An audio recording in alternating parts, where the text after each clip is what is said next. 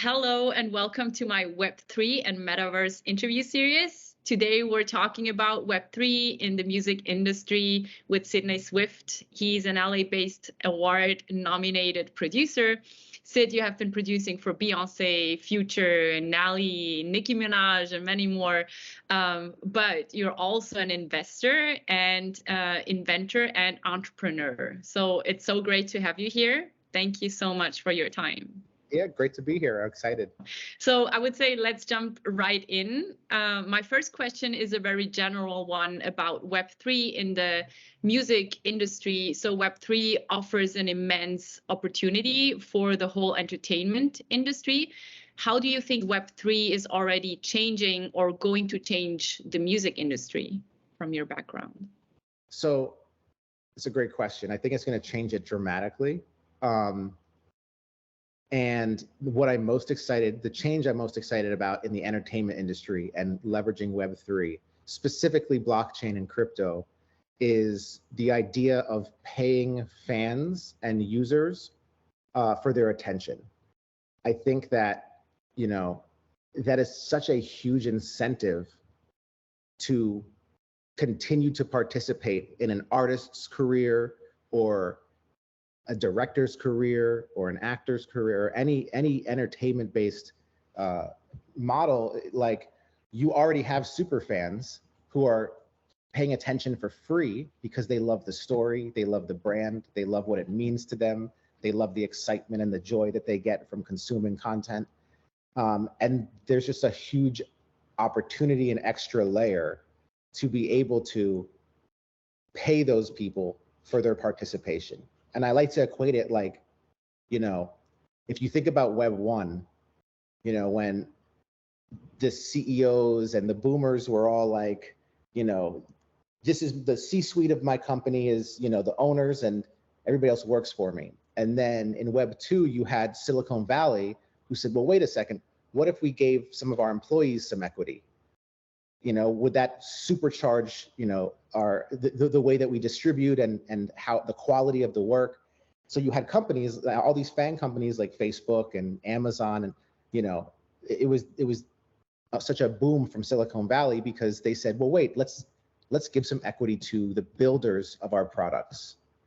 And in Web3, the idea is, well, wait, what if we give equity to the users of our products? How much faster will we scale? How much better, how much more iterations will we get? And so it's in a really, really exciting time for entertainment and technology and the convergence and how it interacts with the users. Mm-hmm. Awesome. Keywords, open source, and also ownership, right? And there's so much more power given to the fans to interact and also be paid. It's not like, as you said, in Web 2, where the users were the product of many corporations, and now they're actually being paid and not leveraged by large corporates only. Yeah. Very cool. Exactly. Thanks for those insights. So in 2017, you have founded your own Web3 entertainment company called Defiant. Can you tell us more about Defiant and what made you start the company? Yeah, absolutely. Like, it was 2017. I had been in the music industry doing songwriting and producing behind the scenes with artists, like you said, with Beyonce, Major Lazer, Lil Wayne. And I kept seeing the same story play over and over again, which was we have these artists, and the best vessel to create fan bases and an audience is live performances. Like somebody hears a song, they like the song. You really don't fall in love with an artist until you go to a live performance and feel the artist, get to feel the vibrations of the music, interact with people here. Like, it's a full senses experience. Build, yeah. And so, in my hobby was always futurism and coding and, forward thinking tech. And then right around 2016, 2017, I began to ideate on this idea of, virtual musicians and virtual experiences, and how can we convert that feeling of a show into a digital experience where you can create super fans and a active audience digitally. because it's so much more scalable. So from that, we developed a virtual artist called Chill Pill, and we partnered with Atlantic Records and began the process of putting out music as a virtual artist and then attaching experiences like gamified songs or motion capture music videos and really like metaverse Web3 products, but back in 2017 when the metaverse wasn't a word yet. and we got to just test through this virtual artist and through this virtual label, and ideate, iterate, retest, and really got really good at what consumers wanted, the best pipelines for leveraging the tech, and putting it out for the lowest cost possible, getting the max returns. And it wasn't until maybe like the pandemic when the Web3 world really started to gain traction and scale, because people realized the power of digital because they were stuck in their house. And basically, we took that opportunity to build a bunch of technologies that we patented, start an agency, and begin to develop some NFT projects to expand the offerings of Defiance. So now we have an incubation section where we test and put out and go-to-market strategy, all the way to drop day, different NFT projects like the ChillRX project we just did, like a project we're coming out with called Augie. And we just develop really cool products. And then we have our agency side where we work with other brands and businesses and develop their products and their strategy and build their, Web3 vertical for them. So it's been really fun. It's been really cool. It's been awesome to see the evolution of Web3 in the entertainment world. Sounds like a roller coaster ride, but it's super amazing that you've been in this space very early and you could really connect like all of those learnings. And I think we're still early, right? And for a lot of, especially not just entrepreneurs, but also corporates, it's crucial really to have the to have the resources or put resources into experimenting, into pivoting and find out what's right for them, and gain that knowledge to then be able to also evaluate further projects or even be able to consult internally but also externally around the whole new revolution, I will call it, that is coming with Web3. Yeah. Awesome. So you've been talking about a lot of different approaches and projects you've been pursuing. What advice or what key learning could you gain from the Web3 projects that you have been in? Is there anything you can share with us? Yeah, a couple of things. One is authenticity.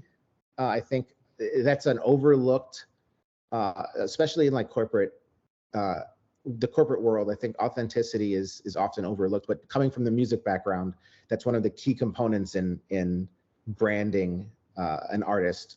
Like, you need to feel a connection with the artist that is trusting and truthful. And I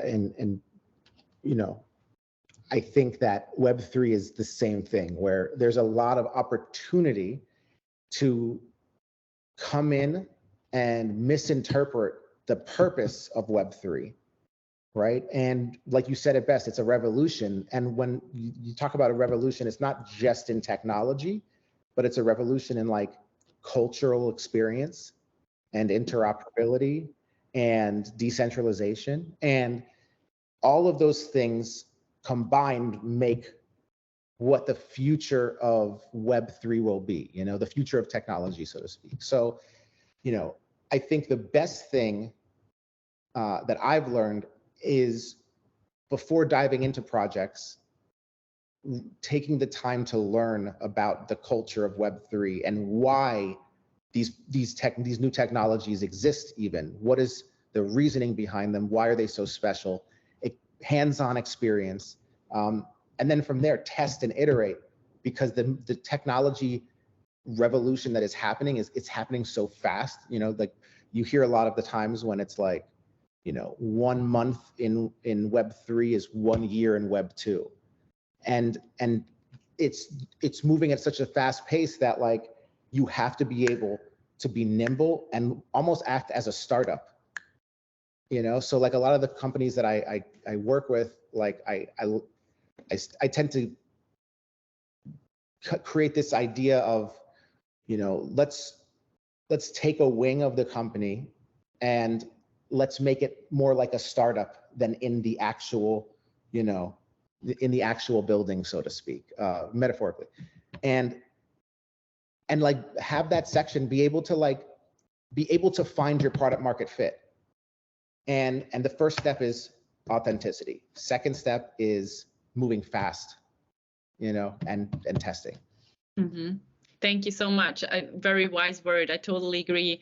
And yeah, you're also talking about giving like those projects a space where they actually can explore, right? The key term exploration maybe, and really take their time, also talk to communities and find out, coming back to the why are we doing this? Not just why are the technologies out there, but also what do our consumers actually want. And I think that's also a reason, right? When we talk about NFT projects, I know yours has been very successful because you have a whole strategy behind it with Chill RX. But there's so many NFT projects that are just being created out of FOMO, and they want to get a share of the market, but it's not really well thought through. They did not take the time to really create this authenticity. So yeah. And if you look at it, like the best companies, the best transitions to Web 2 to Web 3 from like big corporations over the last year have been Nike, Adidas, Nickelodeon just did a drop, NBA, and like they all follow the similar format where they partner with a team that understands the market, or a couple teams that understand the market, and they ideate and test different options and different strategies. And it takes a good, Adidas took from the time of inception to drop like a good 6 to 9 months to get it right, to set it up and get it right. And I think that and in the meantime, set it up where that they could pivot in their strategy the way the market was moving, so they were able to say on one month, well, let's do it this way. And then if the market changed, say, oh, well, actually, let's redo our strategy, but now we're still on the move to hit something in 9 months. So I think just taking a play off of like, there's been, and then they turned around and made like 30 million off of the Web3 vertical alone, and are continuing. I think it's still like at 10 or 20, over each quarter. So it's a huge new vertical. And you have to think about the fact that like they haven't even tapped into the Web 2 side of the market yet. So they've set themselves up for success by, one, ranking in 30 million in 1 year. Two is that 30 million is going to increase exponentially as more people join the crypto space and the Web3 space. So in 5 years, when 90% of the Web2 people are now Web3, that project that they started that was just like this, all right, let's try it out. You guys go have fun over here, is going to turn into a huge opportunity and vertical for them moving forward. Yeah. Also, you're talking about all of those network effects too, right? With the scalability. So super interesting times ahead. Yeah. I would like to take it back again to the music world. If we look at the artists themselves, is there any advice that you would give to artists if and how they should tap into the Web3 space? Yeah, I give the same advice that I do to the corporate world to the artists that I work with, which is jump in and become a part of the culture. Buy some NFTs, get a MetaMask, participate. The best analogy I can say is, especially talking in music terms, is like if you're a Taylor Swift pop artist, right? You can't just go and release a rap song, right? The people will be like, wait, what? This doesn't make any sense. Why is she doing that? And because it comes off inauthentic.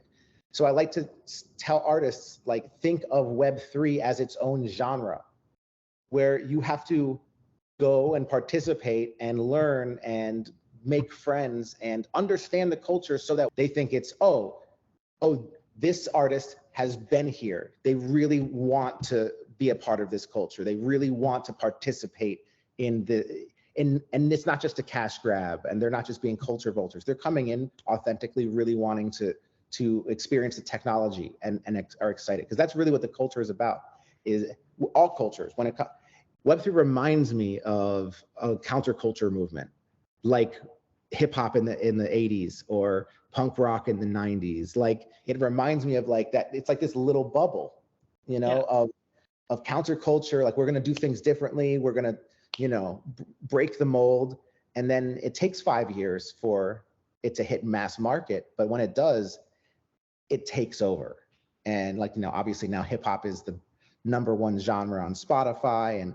And like, so like it takes years to get there. But look at Def Jam. Like, it went from like a little tiny company to in Rick Rubin's bedroom to like one of the biggest labels in the world. So same thing with artists, like the artists right now. It's interesting because like a lot of people say, when big artists adopt Web3 is going to be like when there's going to be a crossover. But I think it's going to be more when these authentic Web3 artists get a hit song, or like hit that inflection point where when a Web3 artist, full Web3 native, hits a top 20 song, it's going to capture the attention of the music world like it's never been before. And that's when we're going to see a lot of interesting things happen. A lot of artists really take it seriously. Mm-hmm. Once they hit the success line, right, then people get the attention, be like, wait, what did we miss? Where can we participate? Exactly. Because if you think about it, like, their success lines are being hit. Like, I mean, like in Web3, artists that were getting 10 million streams and getting paid $4,000, like, are then converting that to, like, look at Spotty Wi-Fi. He dropped a song. He has 100 monthly listeners on Spotify, but he made 200 grand in 60 seconds when he dropped his album in NFTs. So he's like, has a completely different way of success, So his version of success is hit. He's winning. He's doing just as good as some of the more established artists on some of these labels.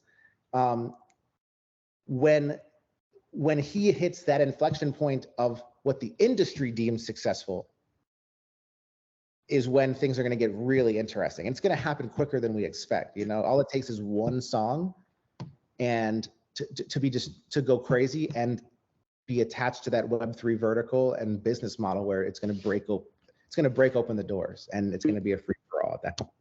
It's going to be a full paradigm shift for sure. Yep. And every artist is going to have coins, and every artist is going to have NFTs, and you're not going to be able to get tickets to shows unless you own their NFTs. And then, you get discounts on hot dogs at the show if you own 2 of the NFT. It's going to be crazy, like, so it's going to be fun. For sure. I can't wait. I can't wait for it to roll out. So, with your knowledge and expertise, and also with your project, but also your company, Defiant, how is the Swiss market relevant for you? And what would be a desirable collaboration or partnership opportunity for Defiant? That's a great question. I feel like we've talked about this in the past, and like it goes back to just like, figuring out the way to test verticals, and we're really good at building tech and testing it and marketing it to the audience that is early adopters. And similar to like Fang, early adopters like drive that flywheel effect. So I think like, collaboration wise, I'm more excited about the idea of finding out opportunity in business lines and saying, okay, well, like, how do we leverage AR? How do we leverage blockchain? How do we leverage VR?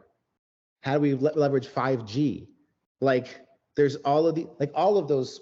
It's funny when we talk about Web3, people forget about all the other technologies that exist the main topic is blockchain because that's like the hot topic right now. But when you combine blockchain with 5G and AR and VR, and then the hardware, like, you know, glasses and things like that, like things get really, really interesting. And the key is going to be finding those opportunities like Adidas where, okay, let's create a product for the Web3 audience right now with the goal to grow that into a huge vertical over the next 5 years. Potentially just transitioning, because that's what's eventually going to happen, is the Web 2 audience will turn into a Web 2.1 audience, then a Web 2.2 audience, a Web 2.3.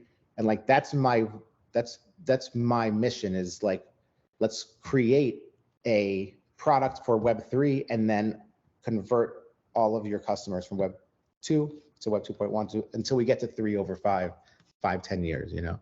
Yeah, I love how you said it's about like seeing the big picture as well of all of those technologies. And that's what a lot of, like what I observe a lot of tech companies doing too, Microsoft or Meta, they're really like tapping into those different stages of the metaverse ecosystem, be it from infrastructure to the hardware to virtual worlds.